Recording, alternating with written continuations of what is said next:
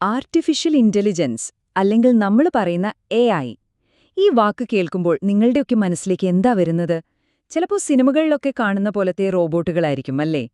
പക്ഷേ സത്യം പറഞ്ഞാൽ സംഭവം അതിനേക്കാൾ എത്രയോ സിമ്പിളാണ്.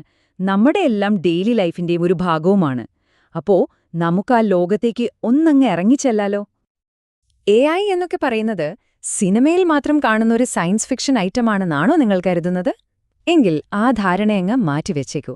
കാരണം AI എന്നത് നാളത്തെ ടെക്നോളജി മാത്രമല്ല, അത് നമ്മുടെയൊക്കെ ഇന്നത്തെ റിയാലിറ്റിയാണ്.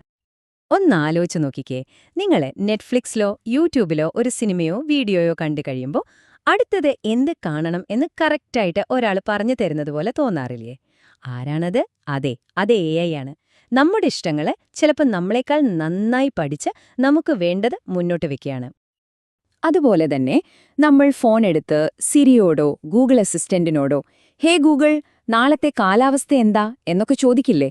അപ്പോൾ നമ്മൾ സംസാരിക്കുന്നത് ഒരു AI-യോടാണ്. നമ്മുടെ ചോദ്യം കൃത്യമായിട്ട് മനസ്സിലാക്കി അത് ഉത്തരം തരുന്നു.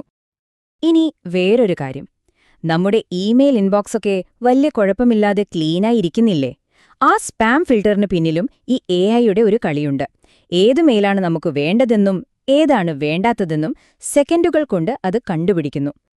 അപ്പോൾ കാര്യം സിമ്പിളാണ്. നമ്മൾ അറിയുന്നോ ഇല്ലയോ എന്നത് അവിടെ നിൽക്കട്ടെ, AI നമ്മുടെയെല്ലാം ജീവിതത്തിൽ ഇതിനകം തന്നെ ഒരു പ്രധാന റോളിലുണ്ട്. പക്ഷെ കേട്ടോളൂ, ഇതൊക്കെ അതിന്റെ ശക്തിയുടെ ഒരു ചെറിയ സാമ്പിൾ മാത്രമാണ്. നമ്മുടെ ജീവിതത്തിൽ മാത്രമല്ലാട്ടോ, ലോകത്തെ മാറ്റിമറിക്കുന്ന വലിയ വലിയ ഇൻഡസ്ട്രികളിലും AI അതിന്റെ ഒരു സിഗ്നേച്ചർ പതിപ്പിച്ചു കഴിഞ്ഞു.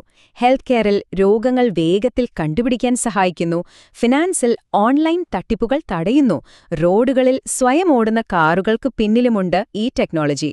എവിടെ നോക്കിയാലും AI തന്നെ. ശരി, ഇത്രയൊക്കെ ചെയ്യാൻ കഴിവില്ല ഈ AI എങ്ങനെയാണ് ശരിക്കും ചിന്തിക്കുന്നത്?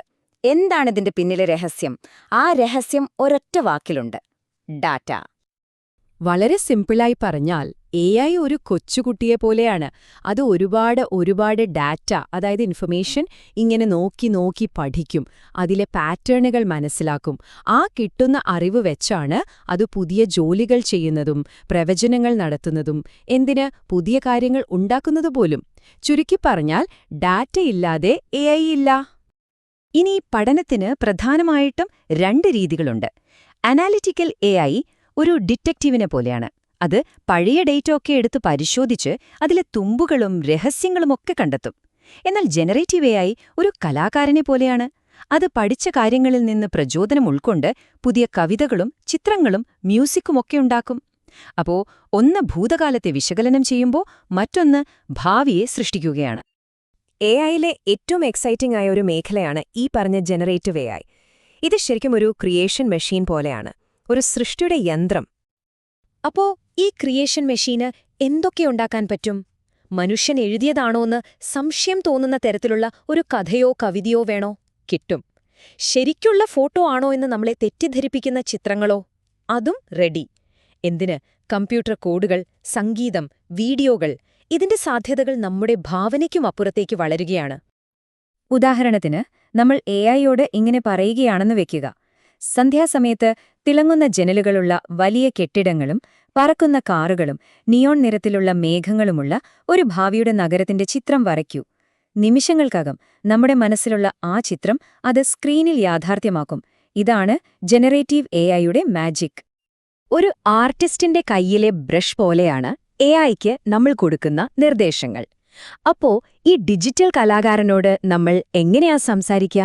നമ്മുടെ ആശയങ്ങൾ എങ്ങനെയാണ് അതിനെക്കൊണ്ടൊരു യാഥാർത്ഥ്യമാക്കുക? അതിനുള്ള ഉത്തരമാണ് നാച്ചുറൽ ലാംഗ്വേജ് പ്രോസസ്സിംഗ്, അല്ലെങ്കിൽ NLP. ഇത് മനുഷ്യരും മെഷീനും തമ്മിലുള്ള ഒരു ട്രാൻസ്ലേറ്റർ പോലെയാണ്. നമ്മൾ സംസാരിക്കുന്ന മലയാളമോ ഇംഗ്ലീഷോ കമ്പ്യൂട്ടറിന് മനസ്സിലാകുന്ന ഭാഷയിലേക്ക് മാറ്റാനും അതിന്റെ മറുപടി തിരിച്ച് നമുക്ക് മനസ്സിലാകുന്ന ഭാഷയിലേക്ക് മാറ്റാനും ഈ NLP സഹായിക്കുന്നു. NLP എന്ന ഈ ട്രാൻസ്ലേറ്ററെ ഏറ്റവും നന്നായി ഉപയോഗിക്കാനുള്ള കഴിവിനെയാണ് നമ്മൾ പ്രോംപ്റ്റ് എഞ്ചിനീയറിംഗ് എന്ന് പറയുന്നത്. അതായത് ഒരു AI-യിൽ നിന്ന് ഏറ്റവും മികച്ച റിസൾട്ട് കിട്ടാൻ അതിനോട് എങ്ങനെ ചോദ്യങ്ങൾ ചോദിക്കണം, എങ്ങനെ നിർദ്ദേശങ്ങൾ കൊടുക്കണമെന്ന് പഠിക്കുന്ന ഒരു കലയും ശാസ്ത്രവുമാണിത്. ഒരു നല്ല പ്രോംപ്റ്റ്, അതായത് ഒരു നല്ല നിർദ്ദേശം കൊടുക്കാൻ ഒരു ഫോമുല തന്നെയുണ്ട്. ഒന്നാമത്തത്, എന്ത് ചെയ്യണമെന്ന് വളരെ വ്യക്തമായി പറയുക. 2 അതിനാവശ്യമായ കുറച്ച് പശ്ചാത്തല വിവരങ്ങൾ, അതായത് കോണ്ടെക്സ്റ്റ് കൊടുക്കുക. 3 ഏത് ഡേറ്റ വെച്ചാണ് അത് പ്രവർത്തിക്കേണ്ടതെന്ന് അറിയിക്കുക.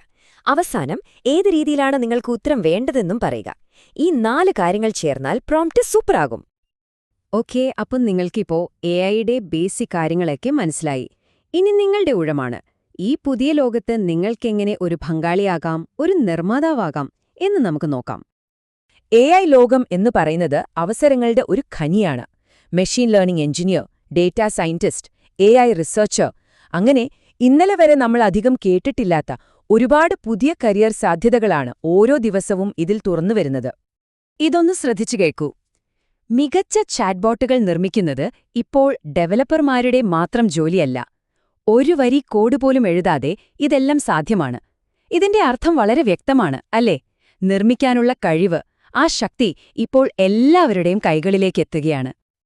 അപ്പോൾ നമ്മൾ ഇത്രയും നേരം കണ്ടു, AI എന്നത് വെറുമൊരു ടെക്നോളജി മാത്രമല്ല, അതൊരു ടൂളാണ്, ഒരു ക്യാൻവാസ് പോലെ. നിങ്ങളുടെ ഭാവനയാണ് അതിലെ ബ്രഷ്. അപ്പോൾ ചോദ്യം ഇതാണ്, ഈ പുതിയ ഉപകരണം കയ്യിൽ കിട്ടിയാൽ നിങ്ങൾ എന്ത് അത്ഭുതമാണ് നിർമ്മിക്കാൻ പോകുന്നത്?